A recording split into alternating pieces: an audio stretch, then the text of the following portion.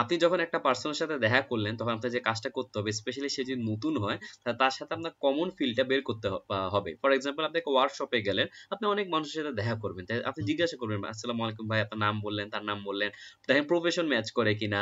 তারপর হতে পারে হচ্ছে আপনাদের ইন্টারেস্ট ম্যাচ করতে পারে, অথবা এমন হতে পারে যে আপনার ভার্সিটি, আপনি জিজ্ঞাসা ভাই কোন ভার্সিটিতে পড়ছে, বললো আমি এই ভার্সিটিতে পড়ছি।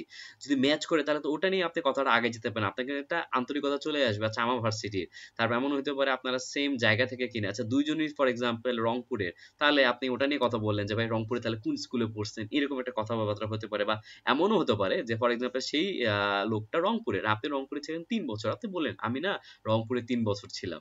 তো এইভাবেও কিন্তু আপনার কনভারসেশনটা অনেক সুন্দর হয়ে ওঠে, অনেক আন্তরিক হয়ে উঠবে। তো আপনার সাথে যারই কথা হোক না কেন, আপনি তার সাথে আপনার কমন ফিল, তার সাথে আপনার কোন বিষয়গুলো ম্যাচ করে, সেম ইন্টারেস্ট, সেম ফিল, হতে পারে কোন একটা সেম ড্রিম, বা দুজনে বিজনেস করতে চান, হোয়াট এভার, সেটা আপনারা কিন্তু আপনাকে ফাইন্ড আউট করতে হবে এন্ড সেই বিষয়টা নিয়ে কথা বলবেন। তাহলে দেখবেন যে আপনার আর তার সাথে ফ্রেন্ডশিপটা অনেক সহজেই স্ট্রং হয়ে গিয়েছে।